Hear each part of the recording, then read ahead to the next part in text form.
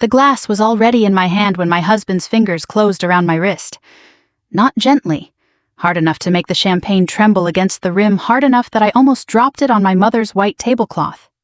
"Don't touch that glass," Ethan said so quietly that no one else at the table heard him.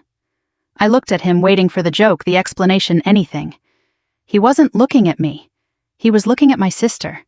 And for the first time in my life, I wondered why my sister needed me to drink it. 3 hours earlier, I had walked into my parents' dining room in Alexandria, still smelling faintly of jet fuel, still carrying the particular exhaustion that comes from 16 hours of travel and 4 months away. I'd flown in that morning from an overseas deployment, showered in an airport bathroom, and driven straight to a dinner I almost skipped. I told myself I wanted to be there. The truth was more complicated. Some part of me still believed that if I showed up enough times, my presence would eventually register as something worth celebrating too. My mother hugged me at the door, told me I looked tired, and asked if I'd had a hard flight. I started to answer. I got as far as "the layover in Frankfurt was rough," before she turned toward the kitchen and called out, "Caroline, tell your sister about the appointment, she'll want to hear this." 10 minutes. That's how long it took before the evening became once again entirely about my sister. I want to be honest about something because it matters for everything that came after. I didn't hate Caroline. I never had. Growing up, I actually admired her the way you admire someone who seems to have been built correctly from the start. Steady hands, quick mind, a way of walking into a room that made people lean toward her. She was 2 years older than me, and for most of my childhood I thought that explained the difference. She simply had a head start. I told myself that for a long time. But head starts don't last 20 years. When Caroline got into medical school, my parents rented a private room at a restaurant in D.C. and invited 40 people. When I received my ROTC scholarship the following spring, my father looked up from his newspaper and said, "That's good, Izzy," and went back to reading. When Caroline finished her cardiology residency, my parents hung her hospital photo, white coat, stethoscope, that practiced half-smile in the center of the living room wall, right where guests would see it first. When I made major, my mother told me she couldn't throw anything together because Caroline had a conference that same weekend, and surely I understood. I did understand. That was the problem. I understood so well that I'd stopped expecting anything different. Tonight was for Caroline again, a promotion to a leadership role at the hospital, something with a long title involving clinical excellence and strategic direction, that I didn't fully absorb because I was watching my father's face while she said it. He looked the way he always looked when Caroline spoke, like a man watching a return on an investment finally pay out. Caroline stood to give a small speech before dinner ended. She was good at this the way she was good at everything. Performative, measured pauses, a slight catch in her voice at exactly the right moment. She talked about integrity, about trust, about the responsibility that came with holding people's lives in your hands, and how she never forgot that this was at its core an act of service. I clapped along with everyone else. Ethan's hand found mine under the table, and I remember thinking absurdly that I was grateful for it, a small anchor in a room that had once again forgotten I existed. My father raised his glass. "To Caroline," he said, his voice thick with a pride I recognized instantly because I'd spent 38 years watching him wear it, and never once for me. The daughter who has always made us proud. I felt it land somewhere under my ribs, familiar and dull, like an old bruise someone presses without knowing it's there. I didn't say anything. I'd learned not to. Reacting only ever seemed to confirm whatever story the room had already decided to tell about me, that I was sensitive, that I read too much into things, that Caroline's light didn't dim mine. So why did I always look like it did? Caroline came around the table herself to refill glasses, which struck me as oddly personal for a woman who usually let catering staff handle things like that. She reached my seat, picked up the flute in front of me from the tray, turned slightly away toward the sideboard for a few seconds, and then set it back down in front of me with a smile. "To you too, Izzy," she said. "You made it back in one piece. That's worth celebrating." It was such a normal thing to say, warm even. I almost believed it meant something. I lifted the glass. That was when Ethan's hand closed around my wrist. I turned to look at him, ready to laugh it off, to ask what on earth he was doing. But his jaw was set in a way I recognized from years of marriage to a man who noticed things other people missed for a living. A stillness that meant he was calculating something faster than he could explain it. He wasn't looking at me. He was looking at my sister, and my sister, I realized a half second later, was looking back at him. Not confused, not offended. Watching. I set the glass down slowly, the champagne catching the candlelight, And for the first time all evening, the room went quiet in a way that had nothing to do with a toast. The drive home was the longest 20 minutes of my life, and neither of us spoke until we were 2 turns away from our apartment in Arlington. "What happened back there?" I said. Not a question. I didn't have the energy to make it one. Ethan kept his eyes on the road. "I saw Caroline take your glass off the tray. She turned her back for maybe 4 seconds, then she handed it to you." "That's it, that's the whole thing." I heard my own voice rise thin and tired. "Ethan, she was refilling glasses, that's what hosts do. She wasn't refilling glasses for anyone else at the table." He said it simply without drama, the way he said most things, like a man laying facts on a table rather than building an accusation. "And before dinner, she asked you twice whether you had to drive tomorrow morning or report back to your unit. Once when we arrived. Once again right before we sat down. I remembered both times. I hadn't thought anything of it sisterly small talk, the kind of question people ask when they're being polite about your schedule. But hearing it laid out like that, back-to-back, stripped of context, it did sound strange. "You think my sister drugged my champagne?" I said flatly, testing how absurd it sounded out loud. "I didn't say that." He finally looked at me at the red light. "I said I saw something I couldn't explain, and it made me uncomfortable enough that I wasn't going to let you drink it without asking questions first. That's all. I'm not accusing anyone of anything." I wanted to be angry with him. Some old loyal part of me, the part that had spent 38 years defending my family's version of things even when it cost me, wanted to tell him he was being paranoid, that this was what happened when you spent your career trained to see conspiracies in everything, that not every glass of champagne was evidence of something. But I hadn't drunk it. And some quieter, colder part of me was glad I hadn't. I didn't sleep well that night. I lay in the dark, running the evening back like surveillance footage, watching Caroline's face at the moment she handed me the glass, trying to decide if the smile had reached her eyes. I couldn't remember. That was the worst part. I'd spent my whole life reading my sister as safe, familiar, harmless, even when she was thoughtless, and now I couldn't trust my own memory of her face. The next morning my phone buzzed before I'd even gotten out of bed. "Feeling okay this morning?" I stared at the message for a long moment before answering. I hadn't told anyone I felt off. I hadn't said a word about headaches or dizziness or anything at all. I'd gone straight from dinner to the car to bed. "I'm fine," I typed back. "Why?" "No reason," she wrote, "just checking on my little sister, Xoxo." I set the phone face down on the nightstand and sat there in the gray morning light, feeling something shift in my chest that I didn't have a name for yet. It wasn't quite suspicion. It was closer to the sensation of standing on a floor you'd always assumed was solid and feeling for the first time the faintest give beneath your feet. That was when the memory came back uninvited and entire. 6 months earlier, after a dinner at Caroline's townhouse, I'd left feeling strange, not drunk, though I remembered Caroline commenting that I seemed a little tipsy as I said my goodbyes. I'd had 1 glass of wine over 3 hours, the kind of pace that had never once made me lightheaded in my life. But I'd woken up the next day, nearly 14 hours later, groggy in a way that felt more like sedation than sleep, my head thick and my mouth dry. I'd missed a scheduled call with my command that morning, an important one tied to a deployment briefing, and spent the following week apologizing for something I couldn't fully explain, filing an incident report that used words like unexpected illness, because I genuinely didn't know what else to call it. At the time, Caroline had laughed it off gently at a family lunch a week later. "You always did have a low tolerance," she'd said, patting my hand like it was an old joke between us, and I had laughed along with her, embarrassed, assuming she was right. I'd never had a low tolerance for anything in my life. I'd spent years in officer training proving exactly the opposite. But she said it with such warm, easy confidence that I'd simply absorbed it as fact. The way I'd absorbed so many small corrections about myself over the years without ever questioning where they came from. I got out of bed and walked to the small desk in the corner of our bedroom, the one where I kept my old planners, because some habits from officer school never leave you. I flipped back 6 months, found the date, and sat staring at my own handwriting dinner at C's 7 p.m. until the letters blurred slightly at the edges. I scrolled through old texts on my phone back to that same week and found it almost immediately, the way you find something you were afraid you'd find. "Feeling okay this morning?" Caroline had written the day after that dinner too. Nearly the same words, nearly the same time. And just like this morning, I hadn't told her I felt anything at all. I sat there on the edge of the bed for a long time, the planner open in my lap, and understood with a kind of quiet, sinking clarity that this was not the first time. Whatever had happened at that party, whatever Ethan had seen my sister do, it had a history, a pattern with a shape I was only now allowing myself to see. I closed the planner and reached for my phone to call Nathan Reed, a colleague of Caroline's I hadn't spoken to in over a year, before I even fully understood why his name had surfaced in my mind at all. I didn't reach Nathan that morning. His voicemail picked up after 4 rings, the automated greeting flat and impersonal, and I hung up without leaving a message. I wasn't even sure what I would have said.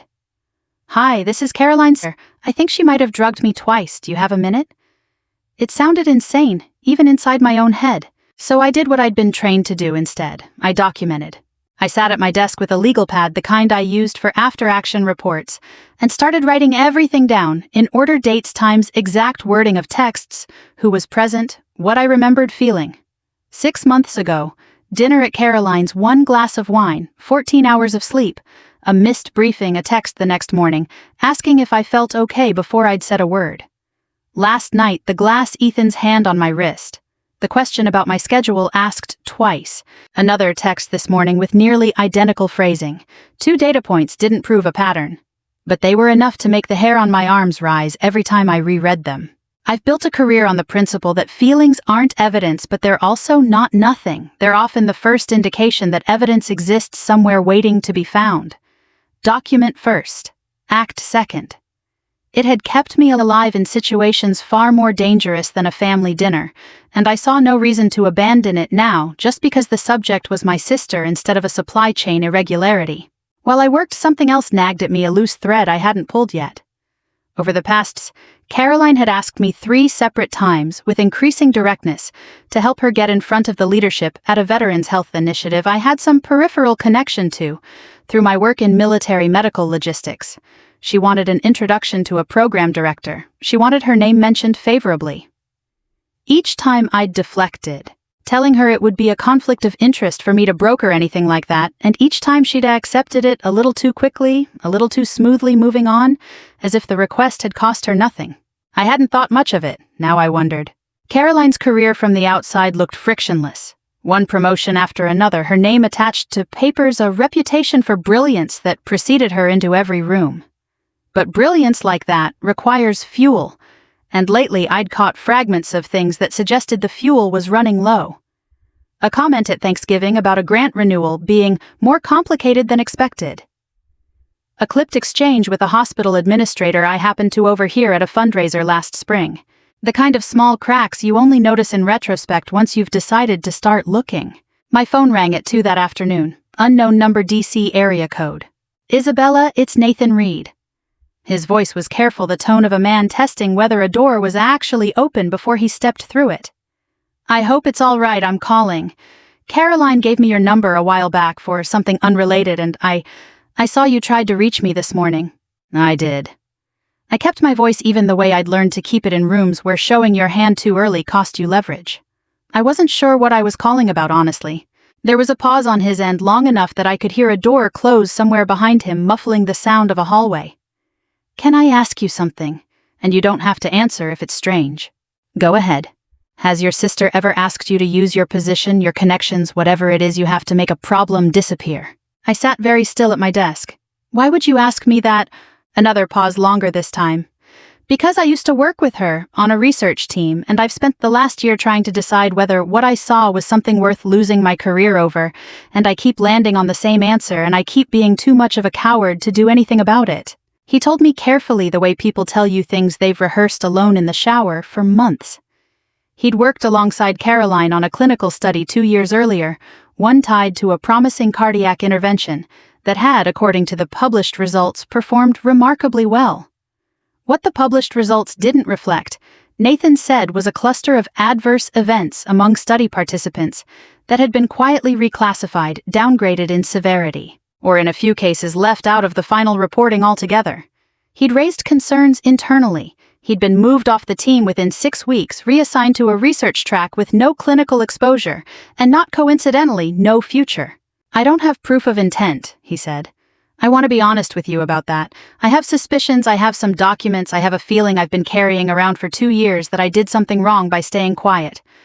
But I don't have a smoking gun. I called because when I heard you'd tried to reach me, I thought maybe you already know something I don't." I told him carefully what had happened at dinner, what Ethan had seen, what I'd found in my old planner. He was quiet for a long moment after I finished. "That sounds like her," he finally said, and there was something in his voice that wasn't quite satisfaction and wasn't quite grief, something closer to relief at finally not being the only one who'd noticed. Before we hung up, he told me he'd send something over, an old email thread he said that he'd kept. He wasn't even sure why anymore, except that some instinct had told him not to delete it. It arrived 20 minutes later. A forwarded chain from 18 months ago. Caroline writing to a colleague about a scheduling conflict involving a hospital board dinner and a family obligation she was trying to avoid. Buried 3 lines down, on almost an aside, was a sentence that made my stomach drop the way solid ground does right before an earthquake. "My sister can be handled, she always comes around." I read the sentence 4 times before it fully landed. My sister can be handled. She always comes around. Not written in anger, not written in the heat of an argument where people say things they don't mean. Written in passing an offhand line in an email about scheduling, the kind of sentence you only write about someone when the thought is already fully formed, already comfortable, already lived in. I called my parents' house 2 days later and asked if Caroline could meet me there Saturday afternoon, just the 2 of us before everyone else arrived for the weekend. My mother sounded pleased the way she always sounded when she thought her daughters were finally getting close. "That's wonderful, Izzy. She could use you right now, honestly. Work's been a lot." I didn't tell her why I wanted to see Caroline alone. The kitchen hadn't changed in 20 years. Same yellow tile, same window over the sink looking out at the dogwood tree, same worn spot on the counter where Caroline and I used to do homework side by side, her calculus and my chemistry, passing the good pen back and forth without asking. I'd loved her in that kitchen.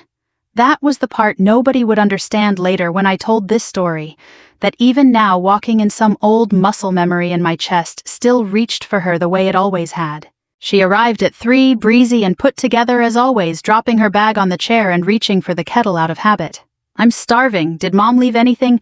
"Caroline." Something in my voice stopped her hand on the cabinet door. She turned, and I watched her face do the thing it always did when she sensed a shift in the room before she had all the information. A kind of quick recalibration, pleasant mask, sliding fractionally, eyes sharpening. "What's wrong?" "I know about the champagne," I said. I kept my voice level, the way I'd have delivered a difficult report to a commanding officer, facts first, feeling contained. "At your promotion dinner, I know you didn't just refill my glass." For a moment she didn't move at all. Then she laughed, short and disbelieving, and turned back to the kettle as if the conversation were already over. "Izzy, what are you talking about?" "I also know about 6 months ago. The dinner at your place, the 14 hours of sleep, the missed briefing." I let that sit in the air between us. "You asked me if I felt okay the next morning before I'd said a word either time." She set the kettle down without filling it. When she turned back around, the pleasant mask was gone and something harder had taken its place. Something I recognized uncomfortably as the face she wore in hospital board meetings when someone questioned her numbers. "You've always been jealous of me," she said. "You know that ever since we were kids. And now you're building some kind of case against me because your husband saw me pour a drink." It was such a familiar accusation that for one disorienting second I almost apologized. That was the muscle memory again, decades of being told my hurt was actually envy, my observations, actually insecurity.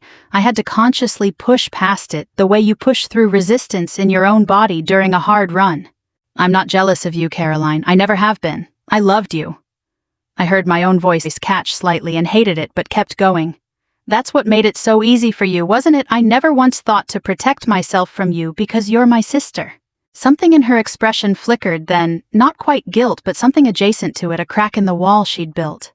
She sat down heavily at the kitchen table, the fight draining out of her all at once, replaced by something more tired. "It wasn't poison," she said finally, quietly. "I need you to understand that. I would never actually hurt you. It was a sedative, something I have access to, something mild, something that would just slow you down, make you sleep through the morning.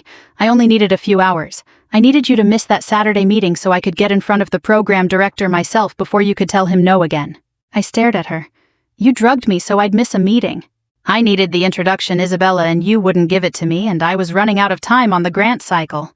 "You're a doctor." The words came out flatter and colder than I intended, but I didn't take them back. "You know exactly what it means to sedate someone without their knowledge or consent." You know the word for that. You know it's not a mistake, it's not an accident, it's a decision you make with full information about what you're doing. I needed more time, she said again, as if repetition might make it sound less like what it was. And 6 months ago, what did you need then? She didn't answer right away. When she finally did, her voice had gone strange and small, stripped of its usual polish. The same thing. I had a board dinner. I needed you out of the way for a night so I could handle something without you asking questions about my research numbers. You risked my career to protect yours. You have a career, she said, and something in the way she said it made my chest go cold. I have a reputation. Do you understand the difference? You can move units, transfer commands, start over somewhere else if something goes wrong. If my reputation collapses, there's nothing left. There's no version of Caroline Prescott that exists without it.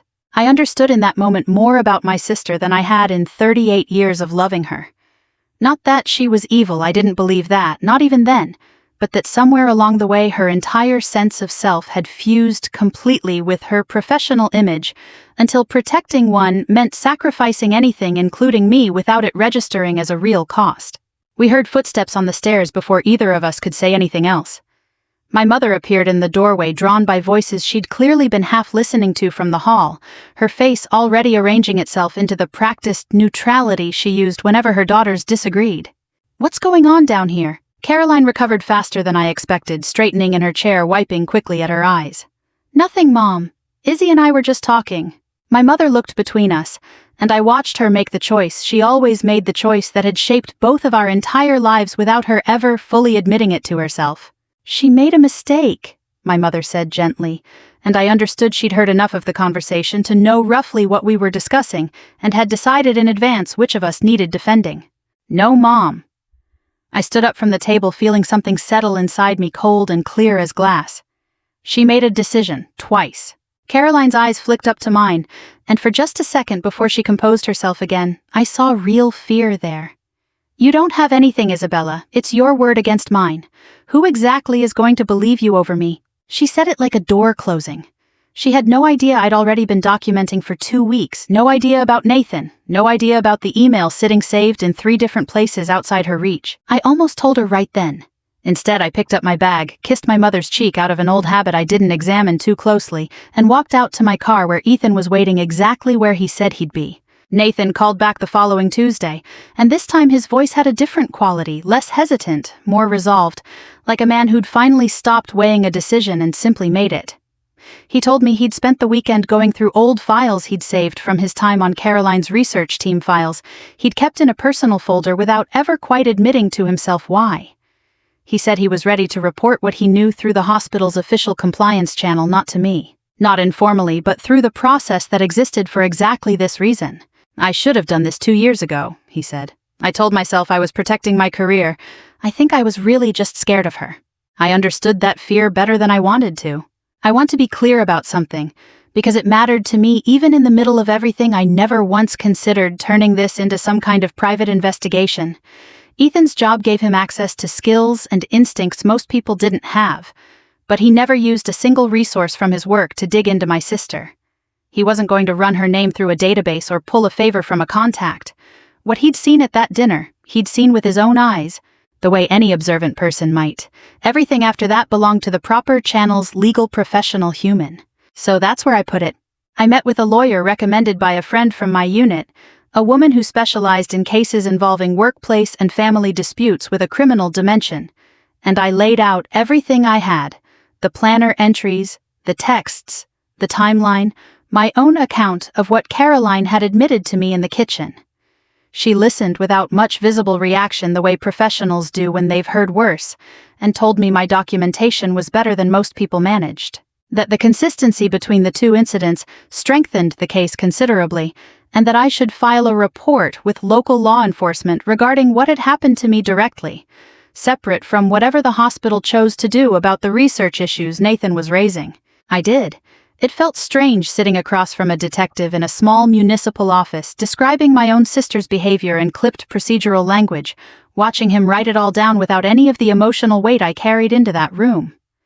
To him it was a case number. To me it was the sound of something ending that I'd spent my whole life trying to hold together.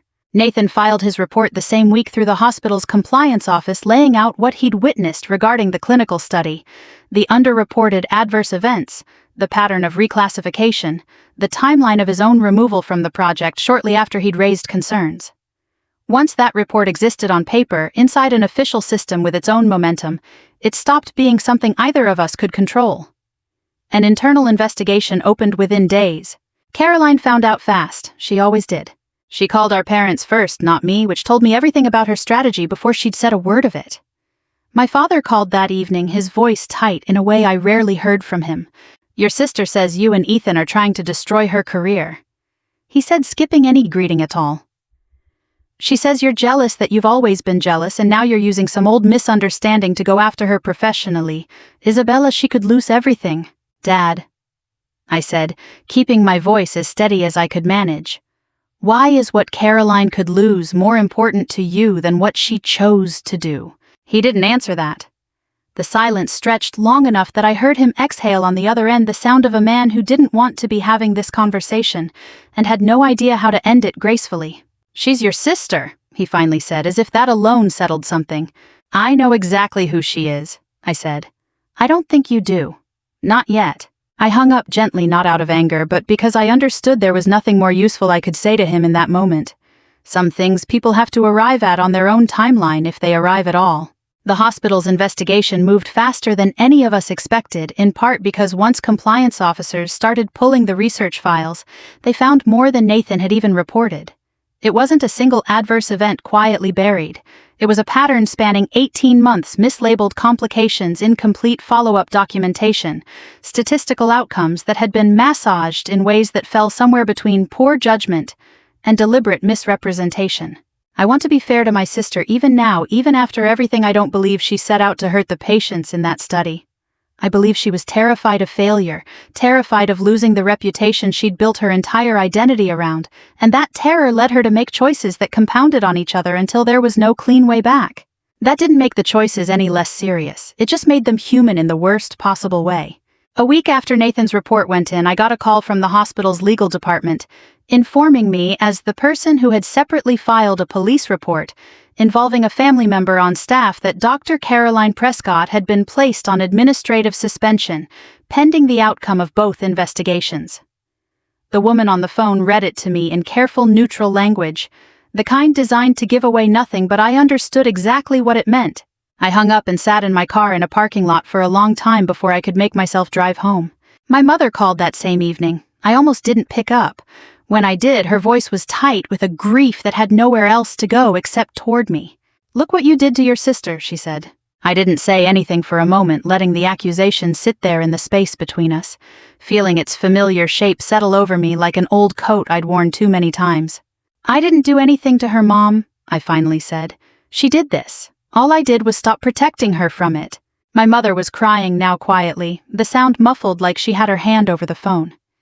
She's going to lose her career, Isabella. Everything she worked for." "I know," I said, and found to my own surprise that I meant it gently rather than coldly. "I'm sorry that's true, I really am, but it doesn't change what she did to me, twice." She didn't have anything to say to that. We stayed on the line another few seconds, neither of us hanging up, both of us listening to the silence hold everything neither of us knew how to say. My parents called a family meeting 11 days later, the kind of gathering that used to mean holiday dinners and now meant something closer to a tribunal. My mother phrased it carefully on the phone. "Just the four of us and Caroline, we need to talk this through as a family." But I understood before I hung up exactly what they wanted from me. Not understanding, not reconciliation. A retraction, or at least something soft enough to pass for one. I almost didn't go. Ethan asked me gently whether I needed to. "You don't owe them this," he said, standing in our kitchen while I stared at my keys on the counter, unable to decide. "You've already done everything right. You don't have to sit in a room and defend it." "I know," I said. "I think I need to see it through anyway, for myself, not for them." He nodded and didn't argue further. That was one of the things I loved most about him. He never once tried to manage my choices, even when he clearly worried about the cost of them. The house felt different when I walked in. Smaller somehow, though nothing had physically changed. My father greeted me with a stiff hug and didn't quite meet my eyes. My mother had made coffee nobody drank. We sat in the living room under Caroline's old hospital photo still hanging on the wall and waited for her to come down from the guest room, where she'd apparently been staying since her suspension began. When she finally appeared, I barely recognized her. Caroline had always carried herself like someone accustomed to being looked at shoulders back, chin level, the practiced composure of a woman who'd spent 15 years being the most competent person in every room she entered. That was gone. She looked thinner than I remembered from 2 weeks earlier, her hair pulled back, carelessly dark circles under eyes that used to be her best feature. She sat across from me without her usual authority, and for a moment I felt something twist painfully in my chest that had nothing to do with anger.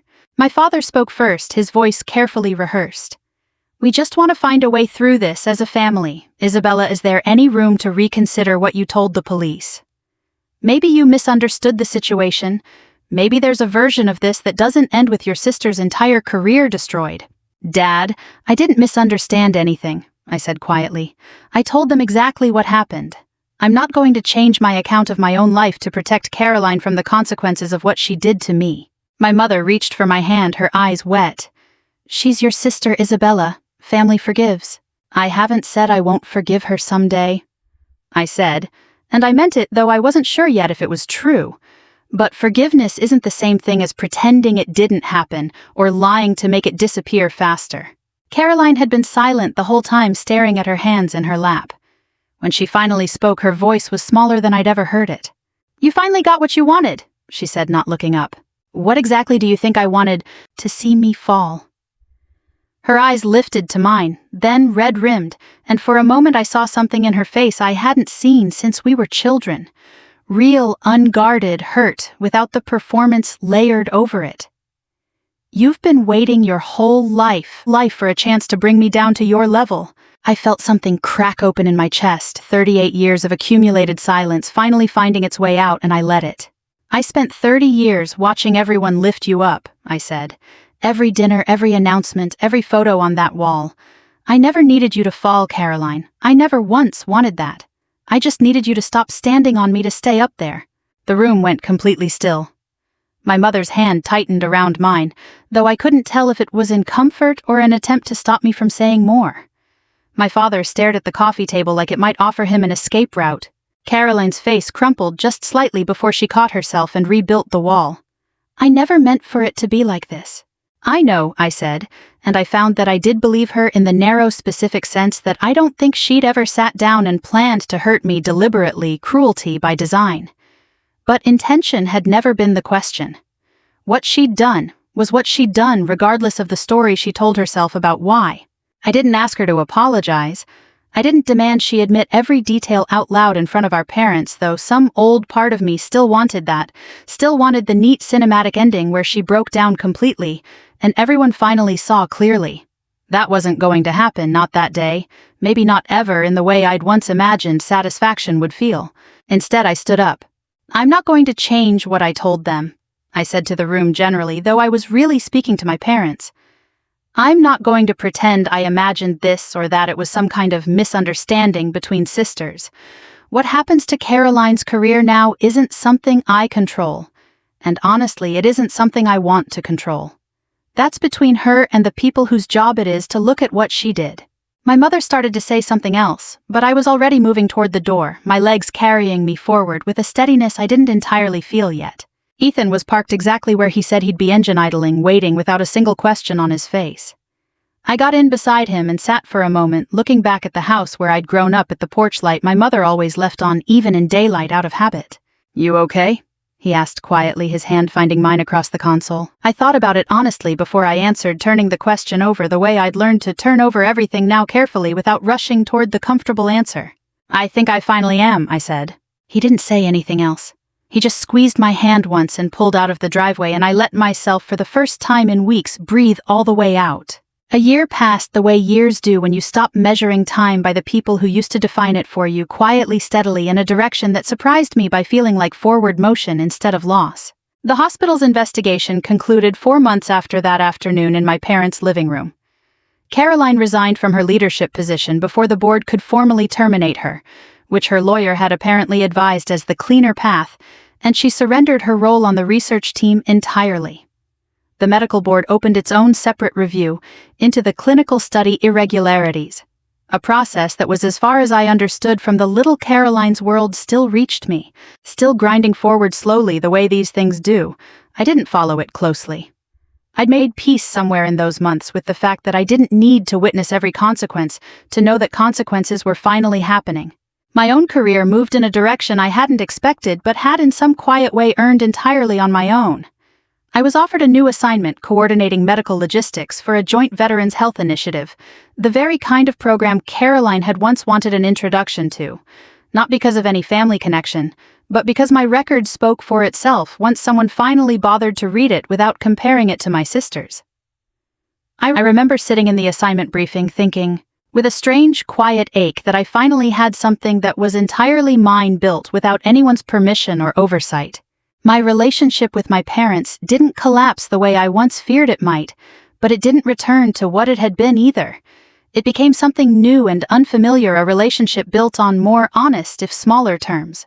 My father surprised me most. A few months after that final conversation in the living room, he called me on a Tuesday evening for no particular reason, which he'd never once done in my adult life. We talked for 20 minutes about nothing important, my new assignment, a home repair he was struggling with, and near the end, almost as an aside, he said, "I've been thinking about a lot of things, Izzy, about how we ran this family. I don't think I ever really saw you clearly. I'm sorry for that." It wasn't a grand apology. It didn't undo 20 years of raised glasses that never once found their way to me, but I could hear that it cost him something to say it, and I let that be enough. My mother struggled more and still does in her way. She loves Caroline with a fierce, uncomplicated loyalty that doesn't leave much room for holding her accountable, and I've had to accept that some people simply aren't built to look directly at the harm someone they love has caused. I stopped waiting for her to fully see it. I set a boundary instead, quietly, without an ultimatum. I would still call her, still visit, still be her daughter, but I would no longer sit through conversations that asked me to minimize what happened to me for the sake of family peace. She's tested that boundary a few times. I've held it every time, and something in me has grown steadier each time I do. Caroline reached out in the fall, nearly a year after the dinner where all of this began, not with a phone call but with a letter handwritten, which surprised me. I couldn't remember the last time either of us had written anything by hand. It wasn't the apology I might once have imagined wanting. She still in places explained herself more than she should have, still framed some of it around the pressure she'd been under, the fear of losing everything she'd built. I recognized the old defensive architecture even through her attempt at honesty. But buried in the middle of the letter was a sentence that stopped me completely, that I read 4 or 5 times before I could keep going. "I knew they would choose me over you. I always knew it. And I used that because some part of me believed it meant I was allowed to." That sentence hurt more than anything she'd said in my parents' kitchen the day I confronted her. The champagne, the sedative, even the email calling me someone who could be handled, all of that had been about tactics, about a specific plan executed twice. This was different. This was an admission that she'd understood on some level the entire architecture of favoritism our family had built around her, and had decided it gave her license. I didn't write back right away. I still haven't decided fully what I want to say or whether I'm ready to say it yet. Some doors don't need to close or open on anyone else's schedule but your own, and I've learned slowly to give myself permission for that. A few weeks after the letter arrived, Ethan and I hosted a small dinner at our place. Nothing elaborate, just a handful of close friends around our kitchen table, the kind of gathering with mismatched plates and too much wine and conversation that wandered wherever it wanted. Someone raised a toast partway through the evening, congratulating me on the new assignment, on the year I'd had, on simply making it through in one piece. I looked down at the glass in my hand before I lifted it. For just a second I was back at that dinner table in Virginia, watching my sister's hand hover near my glass, feeling Ethan's fingers close around my wrist. I let the memory pass through me instead of gripping it. Ethan sat across the table watching me with the same quiet attentiveness he always had, but this time there was nothing to intercept, nothing to protect me from. He just smiled, small, and private meant only for me. I raised the glass. For most of my life my family raised their glasses to my sister. That night, for the first time, I raised mine to myself. If you've made it this far, I'd love to know what part of Isabella's story stayed with you the longest, the dinner table, the kitchen confrontation, or that final glass. Tell me in the comments and let me know where in the world you're watching from tonight. We share stories like this one every single day, real honest stories about family betrayal and the quiet strength it takes to finally choose yourself. So subscribe if you don't want to miss what comes next. Thank you for walking through this one with me.